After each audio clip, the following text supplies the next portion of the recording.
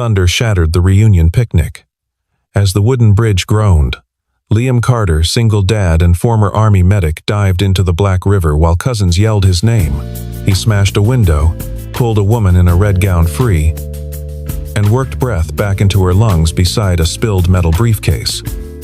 By sunrise, satellite trucks crowded the dirt road. She wasn't just anyone. She was Adelaide Kingsley, elusive CEO of Kingsley Biotech, the company entwined with the tragedy that once shattered his family forever and changed everything. The afternoon had started with such promise. Pine trees framed the Carter family estate near Flathead Lake in Montana, their needles releasing the warm scent of summer. Liam Carter stood near the barbecue pit, a spatula in one hand, watching his 8-year-old son Leo sketch something in his ever-present notebook. The boy had inherited his father's careful attention to detail, documenting everything from the arrival times of relatives to the make and model of every truck that rolled up the gravel driveway. Liam was 36, lean and weathered from years of outdoor work fixing farm equipment in town.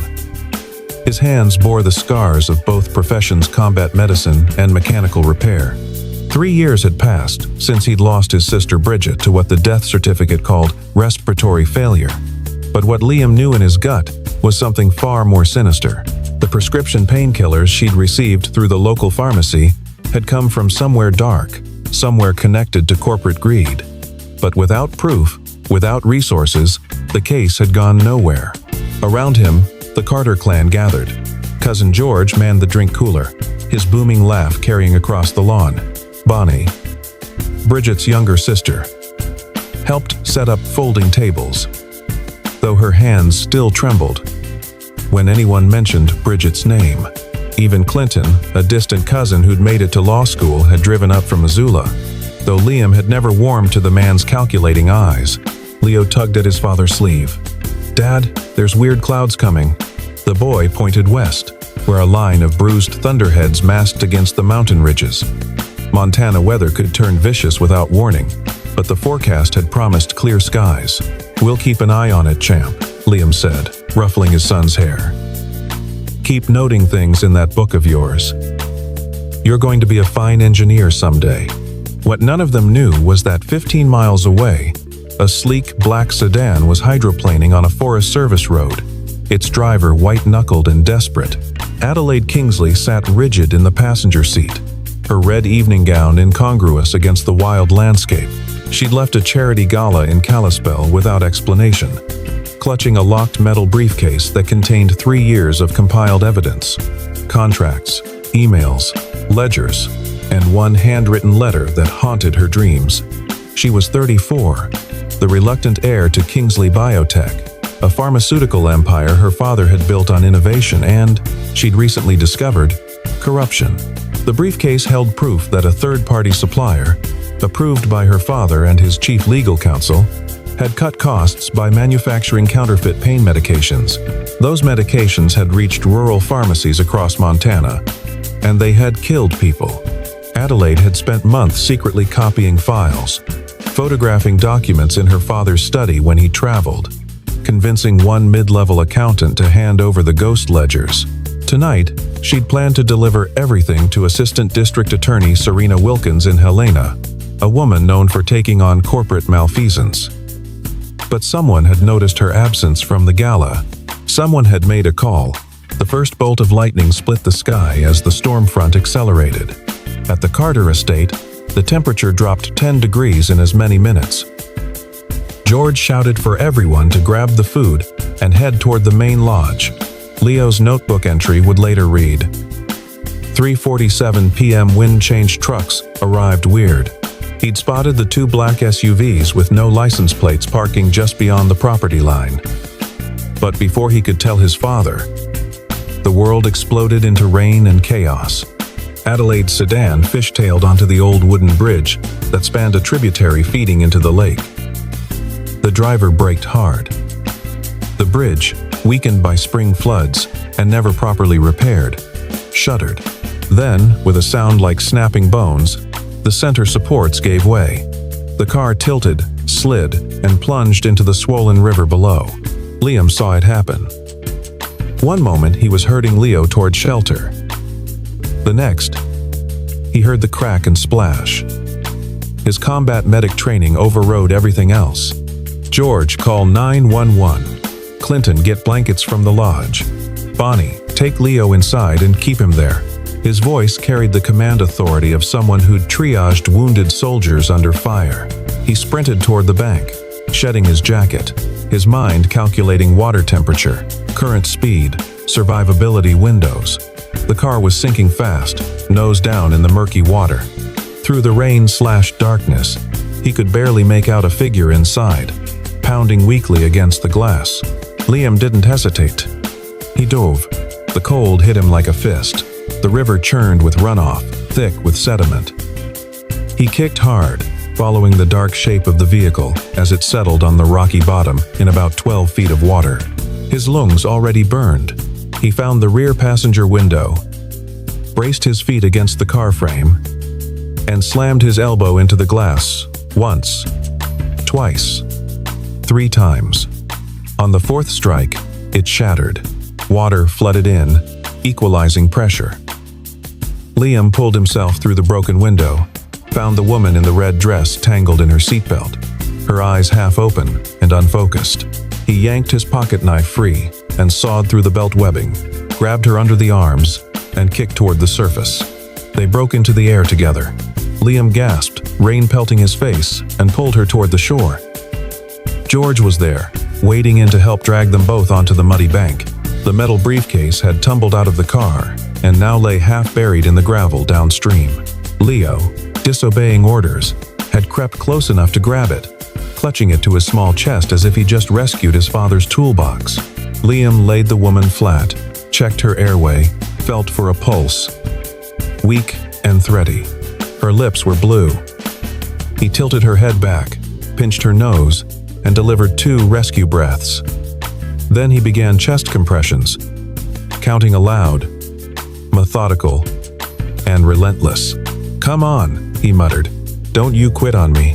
On the 18th compression, she coughed. Water spilled from her mouth. She gasped, choked, gasped again. Her eyes fluttered open, unfocused and terrified. Liam rolled her onto her side, supporting her as she retched river water onto the stones. "You're okay," he said quietly. "You're safe. I've got you." George arrived with wool blankets. Bonnie hovered nearby, pale and shaking. The sound of sirens wailed in the distance. But the storm had knocked out power across the valley, and the nearest ambulance was 20 minutes out on flooded roads. "We'll shelter her at the lodge," Liam decided. "She needs warmth and monitoring. George, keep calling it in. Let them know we've got a survivor with possible hypothermia." As they lifted her, Adelaide tried to speak, but her voice came out as a broken rasp. "Case." She reached weakly toward where Leo stood. "Briefcase. We've got it, ma'am," Liam assured her. "Just focus on breathing." But as he carried her toward the lodge, he caught sight of a small embroidered logo on the lapel of her soaked coat, a corporate gift from some pharmaceutical conference. The design made his stomach tighten. He knew that logo. Everyone in Montana who'd followed the opioid crisis knew that logo. Kingsley Biotech. Inside the lodge, Liam moved with calm efficiency, directing his cousins like an ER team. They got Adelaide out of her wet clothes and into dry thermal layers. He monitored her temperature, checked her pupils, listened to her lungs for signs of aspiration. She was stable, but disoriented, slipping in and out of consciousness. "Call me Ada," she whispered at one point, when Liam asked her name. "Okay, Ada. You're doing fine. Just rest."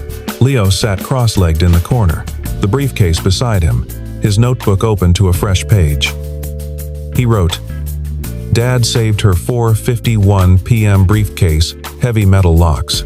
He sketched the Carter family crest carved above the lodge fireplace, then added a smaller drawing of the woman's face, peaceful now in sleep. George returned from the satellite phone, his expression troubled. He pulled Liam aside. "Got through to the hospital. They're sending someone as soon as the road's clear." "But Liam..."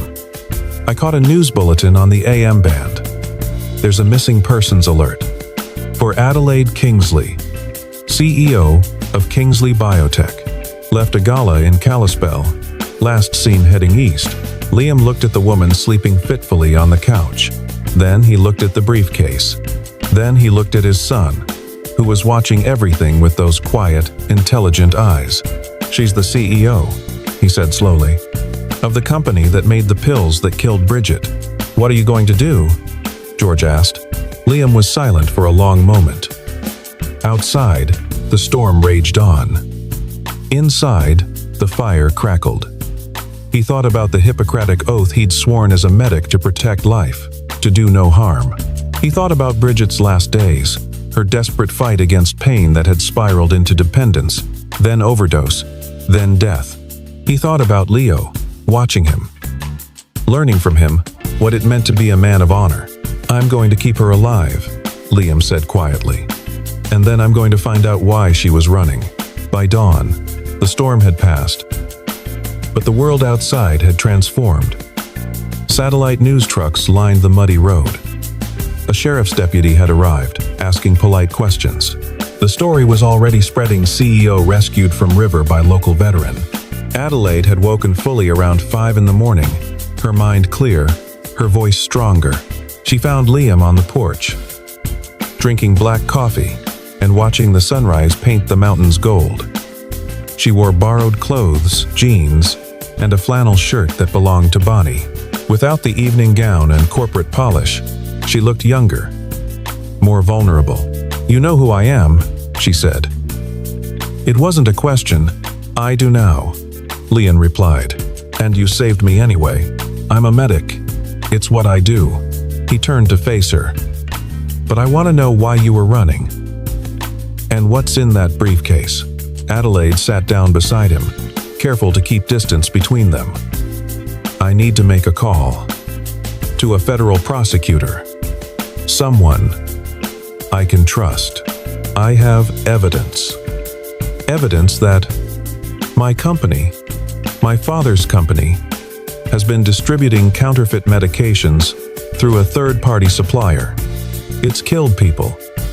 Probably dozens. Maybe more. Liam's jaw tightened. My sister, Bridget Carter, 3 years ago, respiratory failure after taking prescribed pain medication she got from the pharmacy in town. Adelaide closed her eyes. When she opened them, they were bright with unshed tears. I'm sorry. I'm so sorry. That's why I'm running. That's why I'm risking everything, because people like your sister deserved better. And the people responsible need to face justice. Why should I trust you? The question came out harder than Liam intended. You're the CEO. You profit from this. She reached into the pocket of the borrowed jeans and pulled out a folded, water-stained paper, an email she'd kept as insurance. She handed it to him. This is correspondence between my father's chief counsel, Clinton Ward, and the supplier. It proves they knew. They knew the medications were substandard, and they buried the reports. I found this 6 months ago. I've been gathering everything since then. Liam read it. His hands shook. Clinton Ward. My cousin Clinton works for your company. He's your chief legal counsel, Adelaide said. I didn't know you were related until now. But yes, he's one of the architects of the cover-up. The pieces clicked into place. Clinton's expensive suits, his new car, his evasiveness whenever anyone mentioned Bridget's case. Liam felt a cold fury settle over him. But beneath it, a strange clarity. This woman, this CEO, was trying to burn down her own empire to expose the truth. She could have stayed silent, stayed rich, stayed safe. I'll help you, Liam said, but there are rules. My son's safety comes first. You follow my lead out here. This is my territory, and the people coming after you, they're going to be dangerous. Agreed? Agreed. Adelaide extended her hand. They shook, and in that moment, an alliance was forged. Inside, Leo had been watching the two black SUVs through his toy binoculars. He wrote down their partial plate numbers and the time they'd arrived. He sketched the men inside dressed too formally for a rural rescue scene. When one of them stepped out to make a phone call, Leo noted the earpiece, the bulge of a concealed weapon. By mid-morning, the first direct threat arrived. The power had been restored, but the phone lines were still down. A man in a dark suit approached the lodge, flanked by two others who looked more like private security than corporate attorneys. The lead man introduced himself as Bernie Pike, head of corporate security for Kingsley Biotech. "We're here to ensure Miss Kingsley's safe return," Bernie said smoothly, "and to retrieve company property." Liam stepped between Pike and the lodge door. "Miss Kingsley is recovering from near drowning. She's not going anywhere until a doctor clears her. And any property you're referring to stays put until the sheriff says otherwise." Pike's smile didn't reach his eyes. "Mr. Carter, I understand you're a good Samaritan, but you're interfering in corporate matters you don't understand. That briefcase contains proprietary information. Legally, it belongs to Kingsley Biotech. Then you can file a claim with the county clerk on Monday," Liam said evenly. "Until then, it's evidence in a vehicular accident under investigation." The standoff held for another beat. Then Pike nodded slowly. "We'll be nearby. For Miss Kingsley's protection." "Of course." He handed Liam a business card. "Call if you reconsider." As they drove away, Adelaide appeared at Liam's shoulder. "That was Bernie Pike. He reports directly to my father. If he's here, it means they know what I took, and they'll do anything to get it back." "Good thing I called in a favor," Liam said. A dusty pickup truck pulled up, and a broad-shouldered man in a sheriff's uniform stepped out. "Otis Brennan. We served together. He's the county sheriff now, and he owes me one." That night, Pike and his team made their move. The lodge lights went out all at once, a cut wire, not a blown fuse. Rocks clattered against the windows. A diversion. Liam had anticipated this. He gathered the family into the main room, set George at the front door with a shotgun and a phone, and led Adelaide and Leo out the back toward his truck. They made it halfway across the clearing when figures emerged from the tree line. Bernie Pike's voice called out, "The briefcase. Carter, hand it over, and everyone goes home safe." Liam had the briefcase in one hand, his other arm around Leo. Adelaide stood close, her breath visible in the cold mountain air. "You're trespassing," Liam called back, "and threatening a child. Sheriff's already on his way. You want to add kidnapping to your charges." A flashlight beam cut across them. Pike stepped forward, flanked by two men with tactical vests. "Last chance." Liam's response was calculated. He pressed a button on the radio clipped to his belt, a frequency Otis was monitoring. Then he moved. Years of hand-to-hand combat training took over. He shoved Leo toward Adelaide, dropped low, and swept the nearest man's legs out from under him. A rapid wrist lock disarmed the second. Pike lunged for the briefcase, but Liam drove an elbow into his solar plexus, folding the man in half. Sirens wailed in the distance. Pike staggered back, gasping. "This isn't over. That briefcase belongs to us." "No," Adelaide said, stepping forward. "It belongs to the families your company destroyed, and you're going to answer for it." Pike retreated into the darkness. By the time Otis arrived with two deputies, the security team was gone. But the message was clear they'd be back. Otis took one look at the situation and made a decision. "Carter property isn't safe. I've got a cabin up in the high country, old Forest Service lease. No one knows about it except me and a few hunting buddies. You three should disappear up there until we can coordinate with the feds." They hiked through the night, rain starting again, cold and relentless. Leo stayed close to his father, the briefcase now in Adelaide's hands. They reached the cabin as dawn broke a rough-hewn structure with a stone fireplace, propane stove, and no electricity. Liam got a fire going while Adelaide made coffee on the camp stove. Leo spread his notebook on the table, showing her his sketches and observations. "You're very good at details," she said gently. "Dad says details matter," Leo replied. "He says lives get saved or lost because of details." Adelaide looked at Liam, who was coaxing the fire to life with practiced efficiency. "Your dad's right." As the cabin warmed, the three of them sat around the fire. The storm outside had settled into a steady rain. Adelaide finally opened the briefcase, spreading documents across the floor. She explained the supply chain, how a legitimate pharmaceutical company had outsourced production to cut costs, how Clinton Ward had buried safety reports, how her father, William Kingsley, had approved payments to silence whistleblowers. "I found a letter," Adelaide said quietly. She pulled out a water-stained envelope. "I wrote it 3 years ago, to a woman named Bridget Carter. I was trying to investigate complaints about our medications. She'd written to the company hotline. I wanted to tell her I believed her, that I'd look into it. But my father intercepted it. I found it in his desk last month." Liam took the letter with shaking hands. Bridget's name was on the envelope. The postmark was dated 2 weeks before she died. Inside, Adelaide's handwriting was careful and compassionate. "I'm so sorry for what you're going through. I promise I will find the truth. You deserve justice." "She never got this," Liam said, his voice hoarse. "I know. I'm sorry. I tried, but I wasn't strong enough then. I didn't know how deep the corruption went.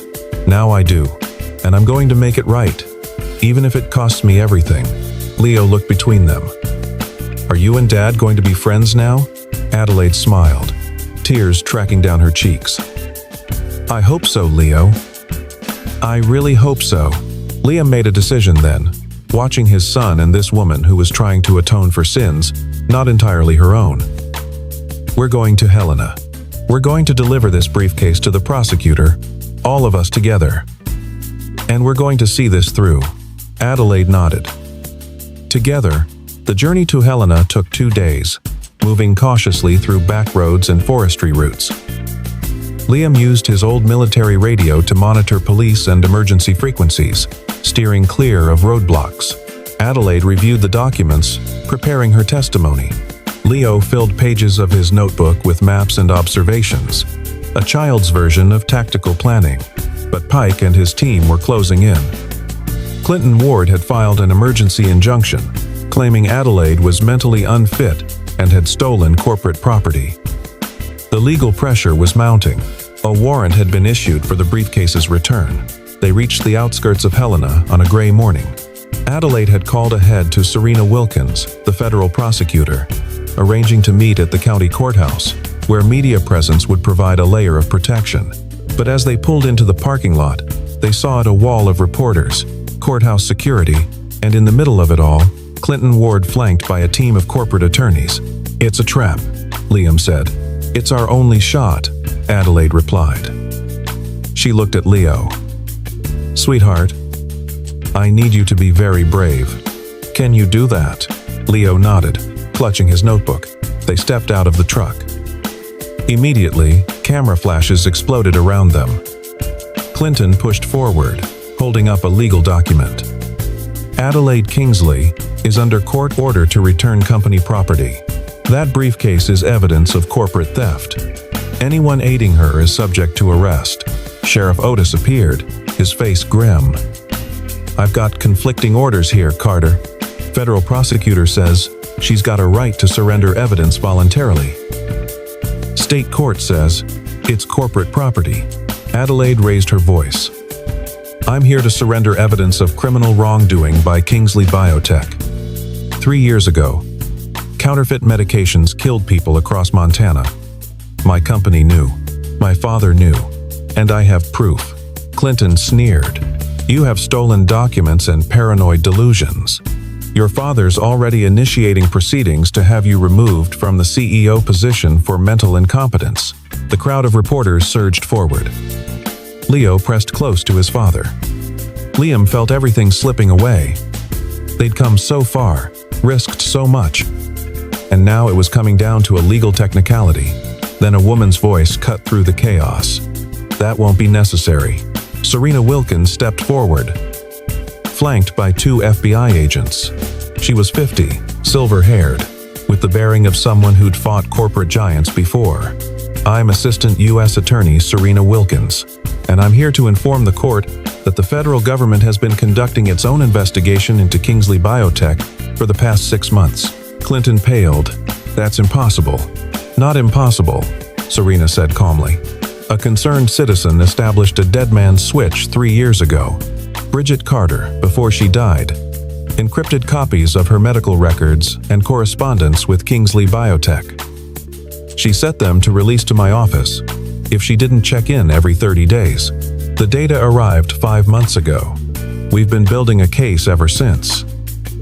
The briefcase Miss Kingsley is holding contains the final pieces." Liam's knees almost buckled. Bridget. His sister had been smarter than any of them knew. She'd protected them all from beyond the grave. Adelaide stepped forward and handed the briefcase to Serena. "Everything you need is in here. Contracts, ledgers, emails, and this." She pulled out the letter she'd written to Bridget. "I tried to help her. I was too late. But I'm not too late for everyone else." Serena opened the briefcase, and one of the FBI agents began photographing the contents for evidence. "William Kingsley and Clinton Ward. You're both under federal arrest for conspiracy to distribute adulterated pharmaceuticals, wire fraud, and obstruction of justice." Bernie Pike tried to melt into the crowd, but Liam spotted him. "That's the man who tried to kill us to get that briefcase back," he called out. Otis and 2 deputies were on Pike in seconds, bringing him down with professional efficiency. The scene dissolved into controlled chaos arrests, reporters shouting questions, lawyers scrambling. Through it all, Adelaide stood with Liam and Leo, the 3 of them an island of calm. She put her hand on Leo's shoulder. "Thank you for being brave." "Did we win?" Leo asked. "Yeah, champ," Liam said, his voice rough with emotion. "We won." The trial took 8 months. William Kingsley and Clinton Ward both faced federal charges. Bernie Pike turned state's evidence in exchange for a reduced sentence. Providing testimony about the cover-up, Adelaide resigned as CEO, but stayed on as a cooperating witness, providing testimony that was clear, unflinching, and devastating. Kingsley Biotech was restructured under federal oversight. A compensation fund was established for victims' families, and Adelaide, using her personal assets, created the Bridget Carter Community Health Fund to provide free addiction treatment and pain management across rural Montana.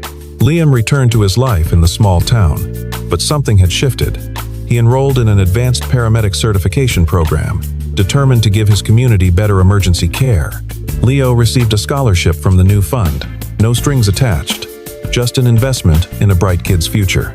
And Adelaide stayed, not in the corporate towers of California, but in Montana. She rented a small house near the Carter estate and spent her days working with the fund, meeting families, listening to stories, trying to heal wounds that money alone couldn't fix. One evening, she joined the Carter family for dinner. It was awkward at first, this woman who represented so much pain, now sitting at their table. But as the meal went on, something softened. Adelaide taught Leo how to play chess, explaining strategy in terms that reminded Liam of military tactics. She laughed at George's terrible jokes. She listened to Bonnie talk about Bridget without flinching. After dinner, Liam walked Adelaide to her car. The sun was setting over the lake, painting the water gold and crimson. "You didn't have to stay," he said. "I know. But I wanted to. This is where the work matters. This is where I can actually make a difference." She paused. "And this is where you are." Liam looked at her, really looked. Not as the CEO who'd destroyed his family, but as the woman who'd risked everything to make it right. "My sister would have liked you. I wish I could have known her. She left us a gift," Liam said. The dead man's switch. The evidence. She was protecting us even after she was gone. And in a way, she brought you to us. Gave us a chance to do the right thing. Adelaide's eyes filled with tears. Do you think she'd forgive me? I think, Liam said slowly, she'd thank you. For finishing what she started. For caring enough to burn it all down. They stood in comfortable silence as the sun dipped below the mountains. Leo appeared on the porch, waving. Adelaide waved back. He's a special kid. He gets it from his aunt, Liam said. Then, after a pause, stay for breakfast tomorrow? Leo's making pancakes. They're terrible, but we eat them anyway. Adelaide smiled. I'd love to. 1 year later, on a bright autumn day, the Bridget Carter Community Health Wing opened at the county hospital. A bronze plaque near the entrance bore Bridget's photograph and a quote she'd once written in a journal. Justice delayed is still justice. Keep fighting. Adelaide stood at the podium, addressing a crowd of families, medical staff, and local officials. 3 years ago, my company failed you. It failed Bridget Carter. It failed everyone who trusted us to do the right thing. I can't undo that. But I can promise that the rest of my life will be spent trying to earn back that trust. This building is just the start. Liam sat in the front row with Leo, who was now 9 and growing like a weed. The boy still carried his notebook everywhere, now filled with engineering designs and medical diagrams. He decided he wanted to be a trauma surgeon. After the ceremony, as the crowd dispersed, Adelaide found Liam by the memorial garden. She was quieter now, less polished, more real. I keep waiting for someone to tell me I haven't done enough, she said. You've done more than enough, Liam replied. You gave people their lives back. You gave them hope. We did, Adelaide corrected. You could have let me drown. You could have turned me over to Pike. You could have walked away at any point. But you chose to believe I could change. That mattered. Liam took her hand, a gesture that had become familiar over the months of working together, of shared dinners, of slowly building something neither of them had planned. You kept your promise to Bridget. You made sure her death meant something. They walked together toward the lake, Leo running ahead to skip stones across the water. The Montana sky stretched endless overhead, full of possibility. Behind them, the hospital stood as a monument not just to Bridget, but to the power of choosing justice over comfort, truth over silence. And in his pocket, Liam carried Leo's notebook, open to a page where the boy had written in his careful script. Dad saved everyone. Miss Adelaide made it right. Together, they're heroes. The end. But also, the beginning. It was exactly that. An ending and a beginning. Bound together by courage, sacrifice, and the slow, hard work of redemption. The briefcase that had started it all now sat in federal evidence lockup, its contents having brought down an empire and built something better in its place. As the three of them stood by the water, watching the sun paint the sky in shades of gold and amber, they were no longer victims and perpetrators, no longer divided by tragedy. They were simply three people who'd found each other in the darkest moment and chosen to create light. And that, in the end, was justice enough.